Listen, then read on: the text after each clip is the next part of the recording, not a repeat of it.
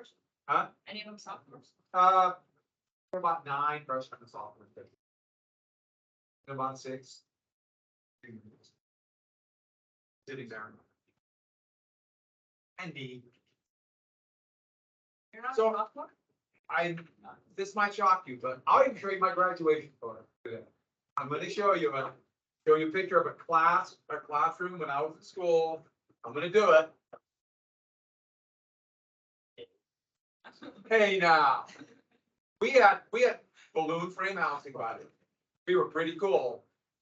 Not all of us had a house, but I would say no more than 20% of my graduating class lived in it. No more. When are we finishing here? Oh, the assassination, yeah. And one more thing. So I put, calculators. I'm closing them, everybody.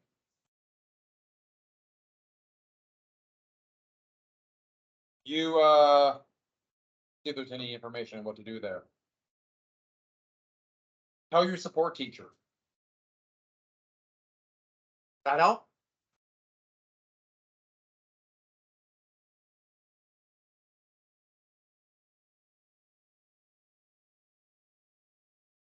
Need the helmet for, oh no, Western Civic going to the library. Okay, so first thing is first.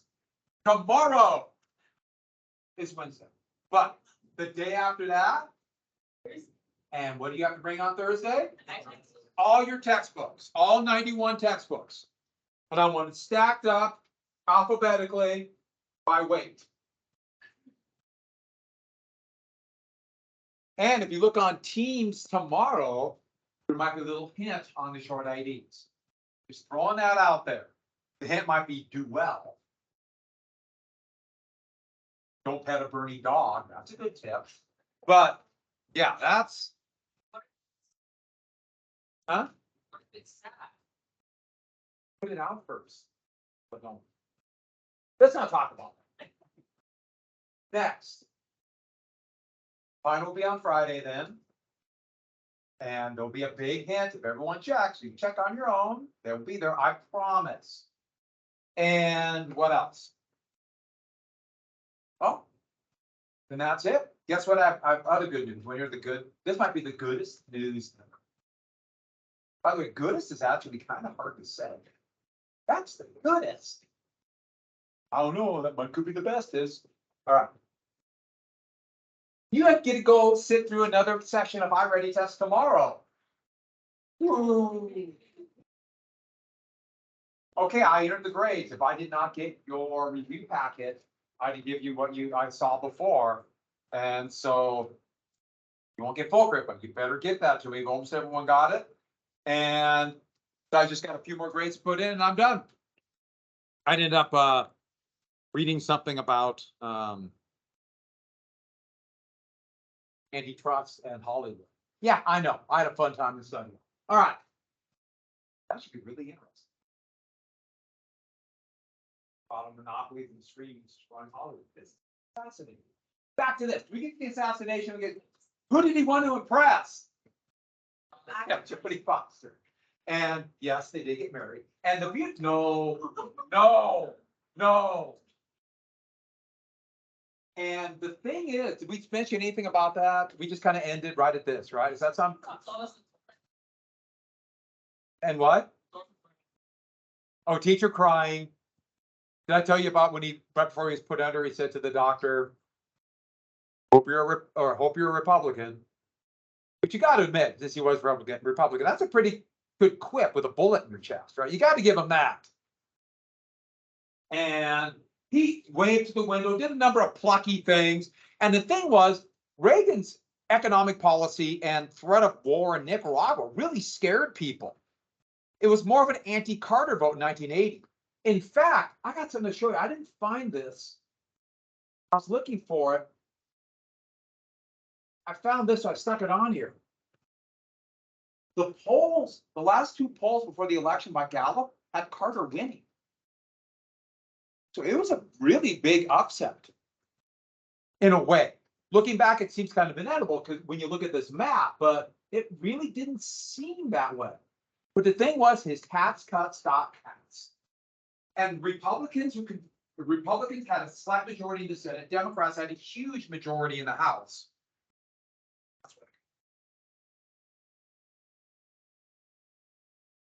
Everybody, relax.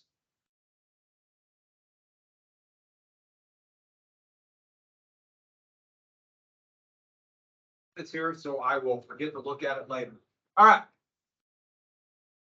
But these massive tax cuts passed. Democrats had a big majority in the House, and it looked like Reagan's policy was dead. It did pass. And Reagan's big thing was we're going to balance the budget. And he was really able to effectively push this myth of the tax and spend liberal. Because they try to say that all throughout from Roosevelt, then Truman, then Johnson, then Kennedy, and Carter, liberals were taxing and spending and the deficit was going up. Actually, as percentage of the GDP, the deficit had dropped dramatically by the time Carter left office. Now, there's been a lot of inflation, so the numbers seem really big. $40 billion. I mean, that's basically pocket change for us today. But then, I'm being slightly hyperbolic, but this said his budget will cut taxes and it will cut the deficit and produce economic growth. And it sounded like basically you could have your cake and eat it too. It sounded really good. I should add his own vice president, George Herbert Walker Bush, before he was appointed to become vice president, said that's voodoo economics. So sometimes you see this called voodoo economics. Now, Bush would change his mind once he became vice president. He did the same thing about ERA and the right to abortion. He was for the ERA, Bush was, and for the right to abortion. Then he became Reagan's vice president, and he did a 180. So he's going to have a reputation of being kind of a flip-flopper. But moving on, this would be called Reaganomics. Sometimes you see voodoo economics, but it's supply side. It's trickle down. It's conservative economics. It had been basically discredited because of the Great Depression, but it gained credibility due to the high oil prices and the inflation of the 1970s. And the biggest element, the goal of conservatives since Franklin Roosevelt, the Wealth Tax Act, way back in 1935, massive tax cuts for the very wealthy, massive tax cuts. And these were regressive, meaning the higher your income, the lower your tax rate. Now, there's a myth that Reagan cut everyone's taxes. No. Add one thing. In 1983, they nearly tripled the Social Security tax, which is the biggest tax that working people pay, including income tax. It's the biggest tax that most working people pay. They dramatically increased that. So working people pay more in taxes, but very wealthy, especially wealth on investments, got a big tax cut. Right. But remember, trickle down, the idea is they'll take that and they'll build factories and economic growth. And this will fuel the economy, lead to a boom, more production, factories everywhere across the United States. We'll start exporting goods everywhere. Everybody's going to be buying American. That's me telling you exactly what's not going to happen. And they really did deregulation. Good regulated the stock market, radical cuts in environmental education, but the big one was antitrust. They quit enforcing antitrust. And from then and through to today, our country is going to be increasingly dominated by a few companies. Remember, that's called a oligopoly. Today, it's the age of monopoly. In fact, that's what I was just reading about Hollywood, and a few streaming companies are destroying motion pictures. And that's part of the reason why the writers strike and fear of AI writing even worse movies. It was really interesting article. But this is going to lead to great concentration of wealth. Also, drastic cuts in social programs.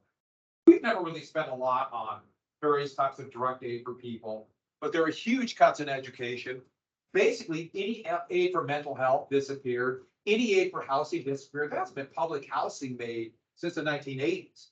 There's been some aid for people to try to get rent called Section 8, but that has gone down too. And I could have kept going. But this is really a remarkable thing. If you ever look at a chart of college costs, and college costs were relatively low. And then from 1981 on, have just been accelerating. And so I caught when I went to college, just the beginning of that. It was significantly cheaper for me. But that's because you need to work twice as hard as I do, right? That's me being facetious. There's no reason I shouldn't pay less than you. But that's basically what it was, is tax cuts for the wealthy, and a part of that would be made up by, let's say for colleges, which means more tuition, more debt for you. And, oh, I should add, this was the great time of the social cuts where they cut hot lunch programs by almost 50%. And to save money, they said that to meet the fresh vegetable and fruit requirement, ketchup would become a fresh vegetable, therefore you have to pay for fruit. That became kind of the butt of all jokes, but it was real for 8 years. And as we all know, ketchup provides all your vegetable needs. It has the red food coloring need, the vinegar need, and salt. Sometimes it even has a tiny bit of ketchup. Okay. But the big argument about this was is that the poor were dependent on all this aid. If you cut out the aid, they will work harder and take advantage of all the new jobs being created by the very wealthy. And so basically it's saying that they're wasting away, they've lost, they just will take the easy way out. And that's why they're poor. The rich are rich because they're smarter and they know better, so they should be pumped more money and then they will invest more. So this philosophy is basically goes back to what philosophy from the 1880s and 1890s? Yeah, this is really social Darwinism. Now there's this whole kind of fascism connection, social Darwinism, nobody talk about, but and the thought was this will fuel such economic growth that the deficit will drop. The deficit, and I should have put the debt, that's probably a better way to look at it. The deficit would drop, revenues would go up, so you cut taxes, economic growth, revenues will actually go up. This was the goal, the model of trickle-down economics. And so the tax cuts, eventually what they said is will pay through themselves through economic growth. We're not going to worry about the Laffer curve. But massive economic growth. I should add that did not happen. Tax revenues, here's the 81 tax revenues actually dropped as a percentage, especially federal income tax. And the only reason that taxes begin to go up, this is the orange line right here, is because of the big increase on Social Security taxes. That's the big reason. Social Security taxes, what they did is they raised Social Security taxes to create a surplus to pay for Social Security for the baby boom generation. They took that surplus and bought U.S. government treasury bills. U.S. government's owns about a fifth of all U.S. government debt. It's a very weird thing. But then they bought that treasury bills that allowed them to increase the budget. Actually, for the trend of revenues, the revenue trend throughout the entire decade was significantly lower than the trend was before the tax cuts. So it didn't quite work. I should add, that won't help quit them from trying again. They'll try it again in 2001. Same thing will happen.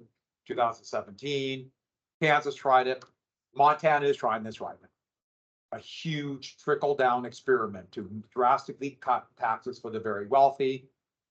With the idea is that wealthy people from out of state will come in and create economic growth. So we're trying it here at this moment, literally just passed. So reality though, the deficit would become the largest. Up to that time, there would be massive deficits after the crash of the COVID crash. But so it did not happen at all. Part of the reason was they cut taxes, small cuts in social spending, since we really don't spend a lot on social spending outside of things like Social Security.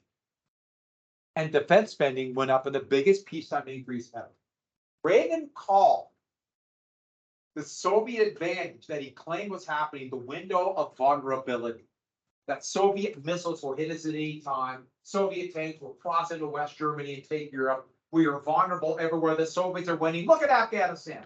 You remember the bomber gap? You remember the missile gap? That's not familiar. That's exactly the same thing. And what it meant is basically we did massive borrowing to build up the defense. we mentioned that a 300-ship Navy. We brought like old World War II battleships out of mothballs and rebuilt them, so we have World War II era battleships that really don't have much use in modern combat. I'm not going to lie, I think old World War II battleships are really neat looking, but I don't know if that was worth bringing them back in. They'd be decommissioned in the 1990s. Now they're all floating museums, which I think are really cool, so I'm not gonna deny that, but it was pretty expensive. But the fear was that Soviet tanks would be crossing over into West Germany. This is a Soviet-built armored personnel carrier. And these were supposed to be the best in the world, and also greater fear of nuclear war. I still remember this one, because you can see it, the mushroom found with a little evil face on it. I can remember that Time magazine one. And there's all these stories about nightmare for NATO. We started building up, partially built this up because we have spent billions of dollars. Oh, I almost forgot one thing. So this is where they start passing out new nuclear warning things. This was the thing to know where your nearest nuclear fallout shelter was. And the real fear of nuclear war. And I could not find the one I had. This is from the late 70s. This is your chance of your survivability in a basement when a 1 megaton nuclear bomb explodes. 0 to 3 miles? No. But 0 to 15, you're good. Look how happy they are after the nuclear war. We made it. The thing I vividly remember, and I can't find the one I had. I wonder, I gotta look back my parents' home to see if it's still there. But it was a pamphlet, but this shows the same thing. To make an L-shaped trench to cover it with a door and stay in there for 2 weeks during nuclear war. That was the idea. You put some food and water and be really comfortable underground, and that'll protect you from the fallout. It obviously will not protect you from a blast nearby, but like in Miles City, Great Falls was going to be a major target because of the missiles there. The wind would take the fallout over Miles City. And that's when I remember asking my dad, should we build one? And he just said no.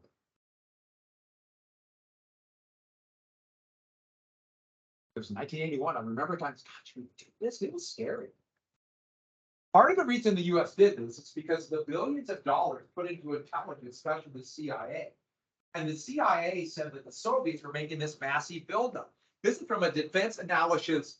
They do a yearly summary in 1982.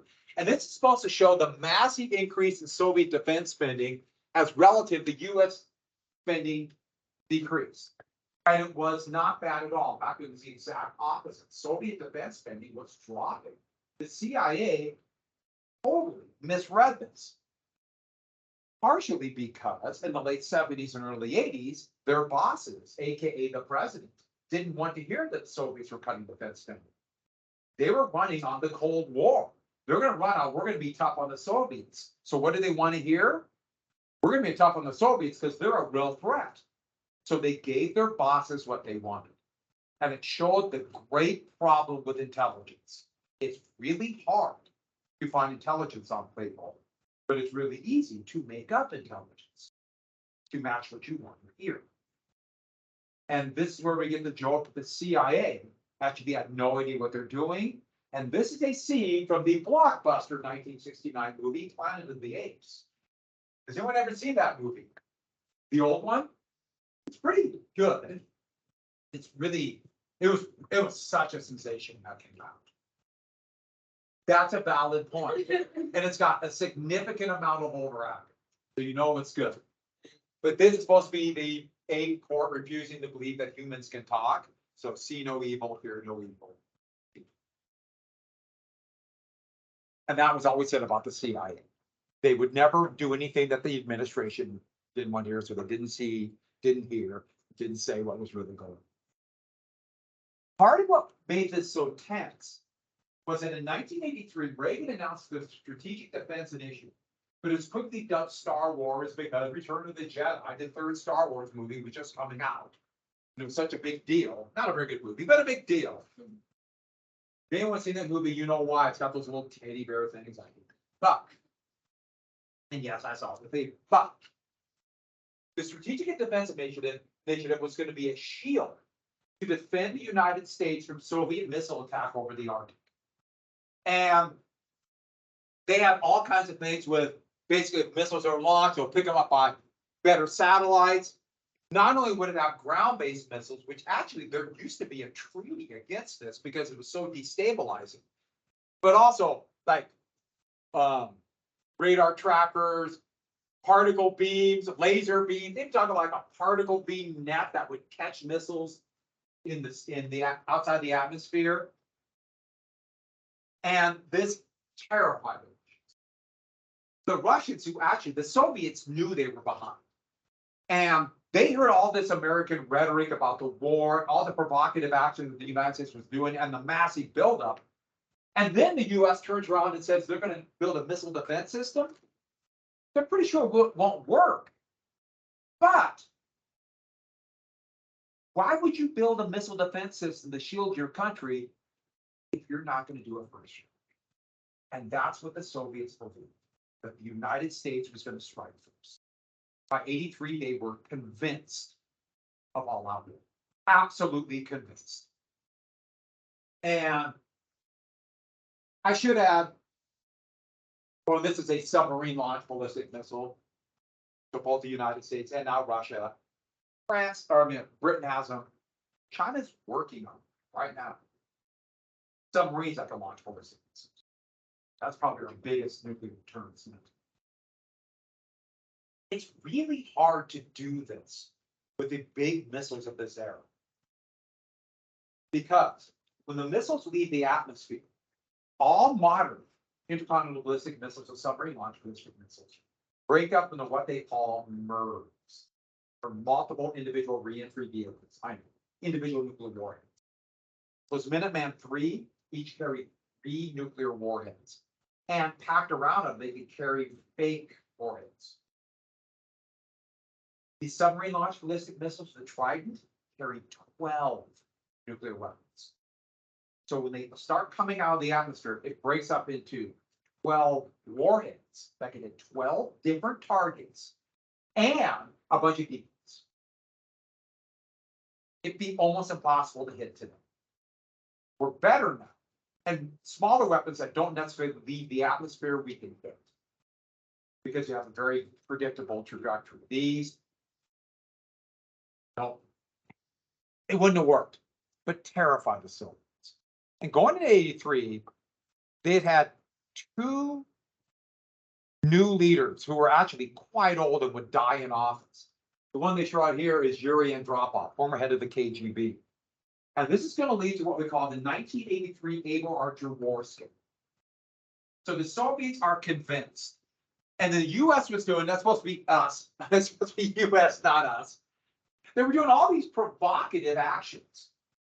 And one of the most provocative is when Ronald Reagan began to refer to the Soviet Union as the evil empire that must be stamped out. Yes, he was referring to Star Wars. He watched it in the basement theater of the White House. He loved movies. He was a former actor.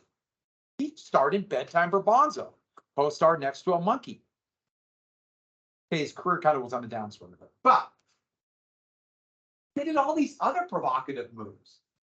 The United States was taking air wings, and they were fighter wings, bombers, reconnaissance planes, but especially either on the border of Siberia, sometimes in the Black Sea, which is the next, Yeah. or on the West German border. And they would take 50 American or maybe American and NATO, like West German and other planes, and fly like it's a fighter strike, full speed at Soviet airspace. At the last second, turn back. Now that's a test of reaction, but you can imagine how this is just making the Soviets just insane. They're doing this all over.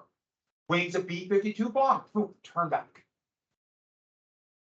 And that fall, the president used to do a weekend radio address.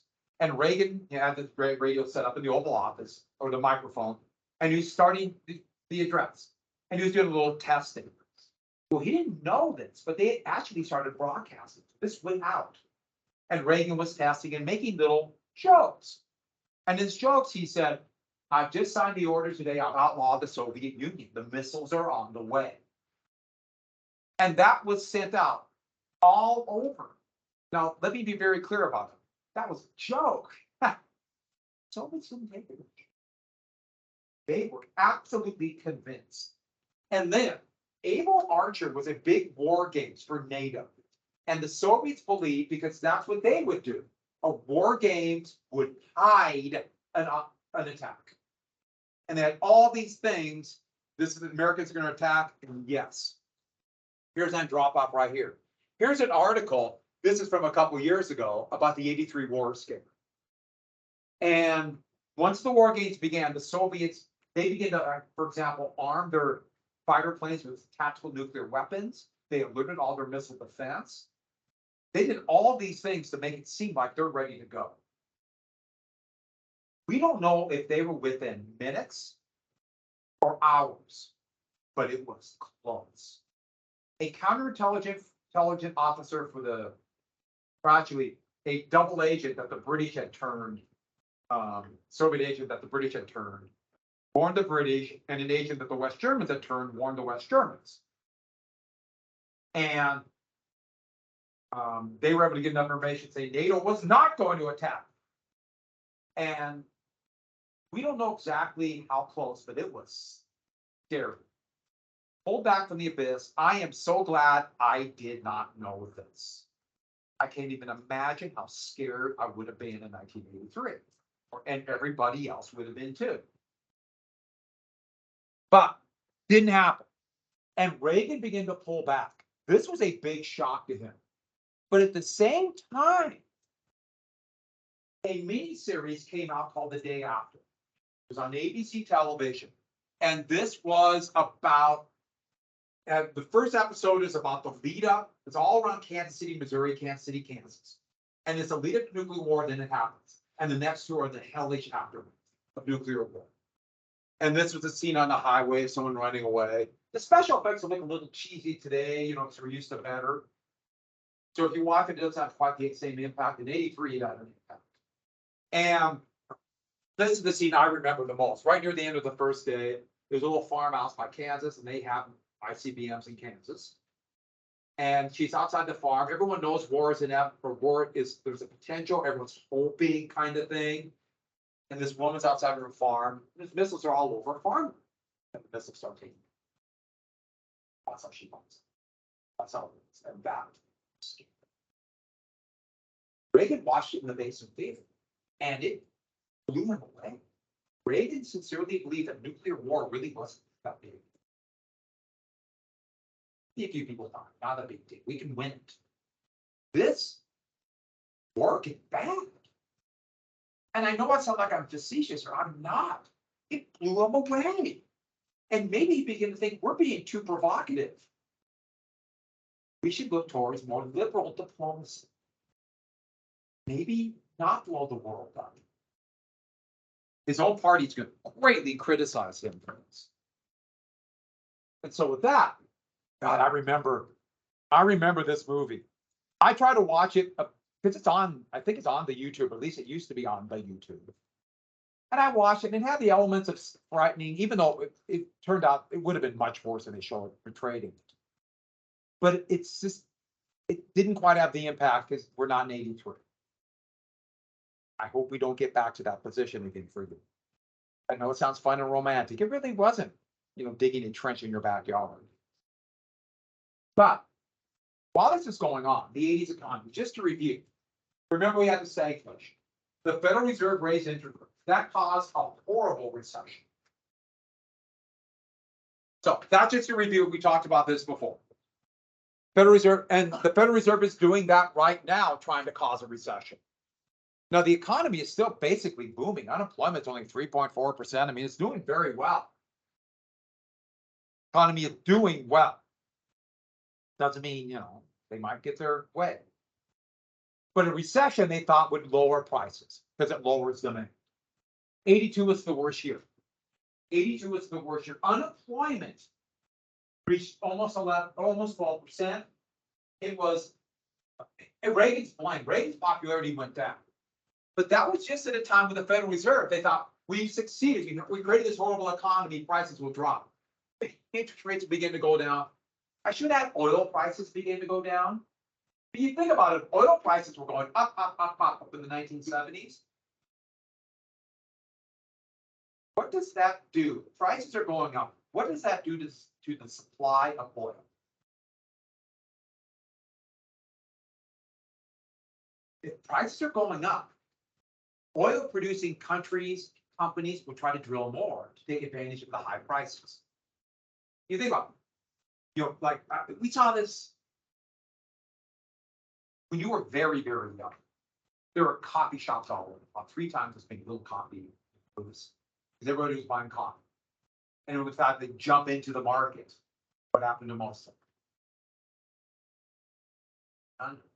Same thing here. They jack oil. They jack oil production. Price began to drop because of supply, just as interest rates dropped. So the economy began to level up. So that would begin what's called the 80s boom. It really wasn't that big of a boom. Don't forget, interest rates dropping. I can't emphasize that enough. But actually, real wages for workers was dropping. People got jobs back, but they didn't pay as well. Workers' wages were dropping. Now, you might think, wait a minute, what about those tax cuts? Weren't they building factories? No, I didn't type this in, but please add this. This would be the first big stock market.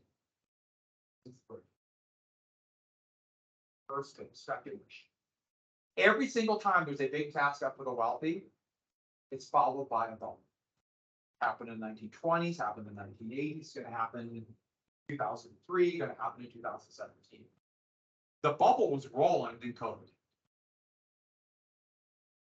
Doesn't mean we won't get a bubble now, but every single time. And the wealth gap began to rise. Also, they speculated and took a lot of these tax cuts and took advantage of the tax law. It's called globalization.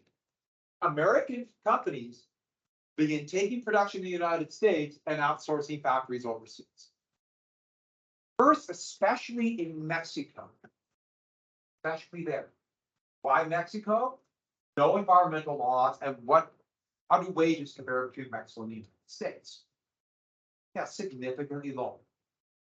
So GM, for example, closed down their 4 biggest factories in Michigan and built them right in the Matamoros zone, northern Mexico.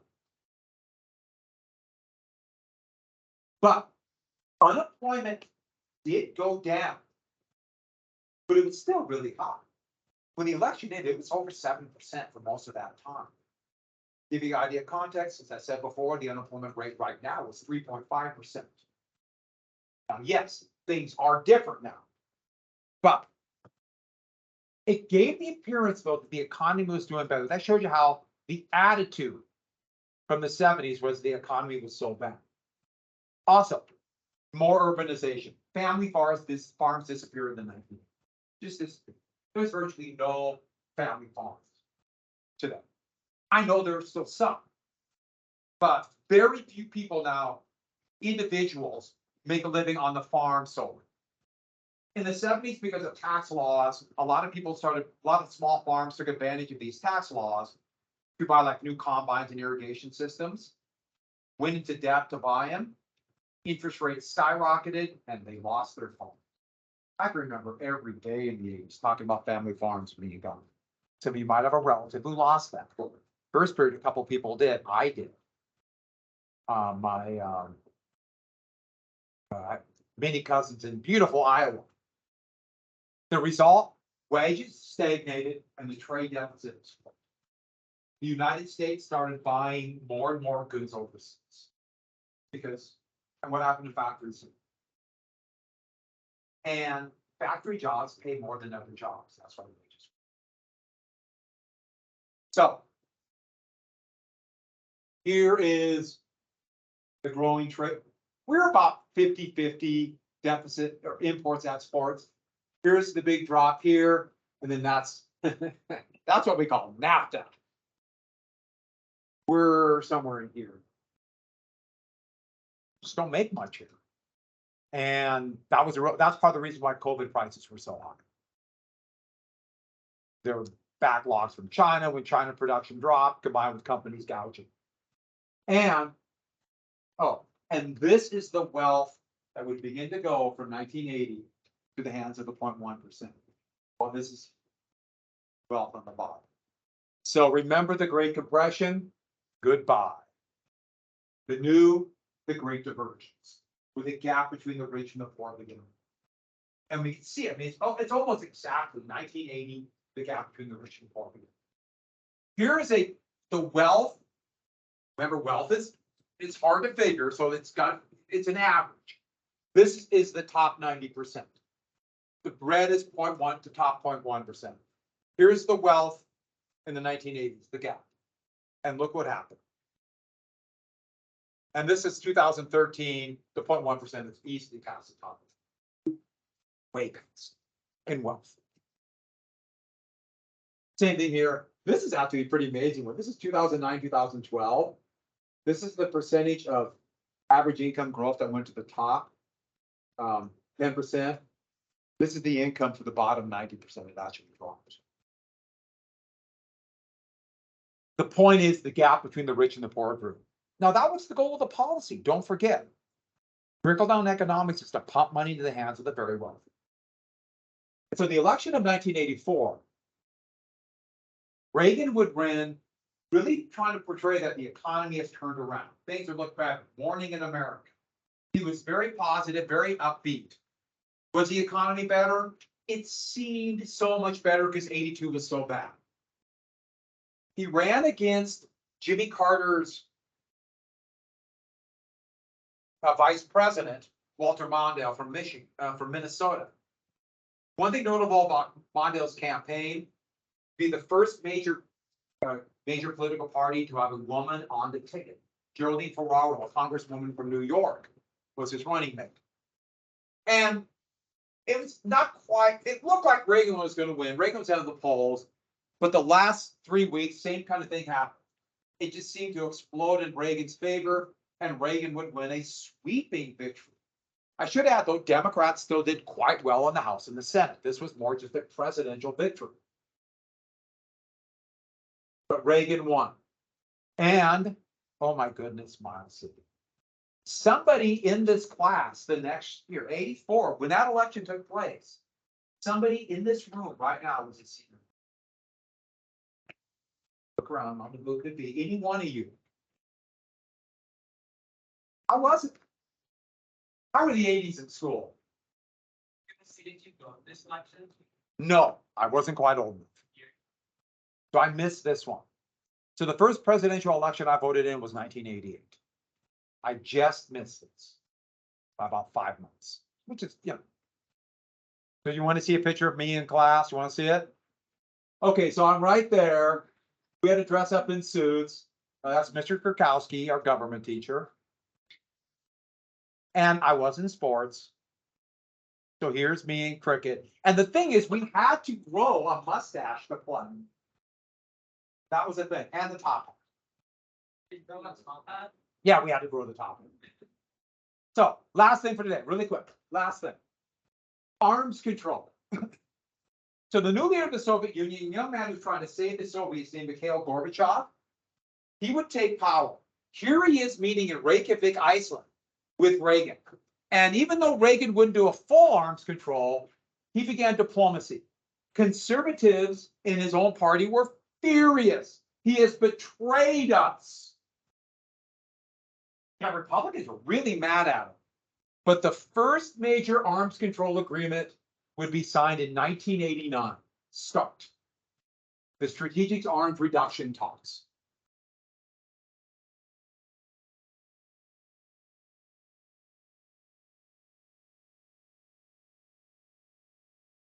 And ironically, the effort to save the Soviet Union and open it up, Gorbachev would end the Soviet Union.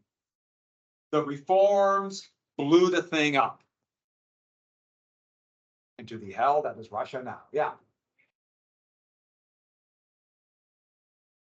It was strategic. Oh. And then it went SART. Cause Yeah, I think we can go from there to they wouldn't start strategic arms reduction treaty. It was strategic arms reduction talks, became the strategic arms reduction treaty. All right, we'll do a couple things in the 80s, finish the 90s and go from there. Sound good? Oh, no, we're lunch, isn't it? Yeah. It's lunch, everybody.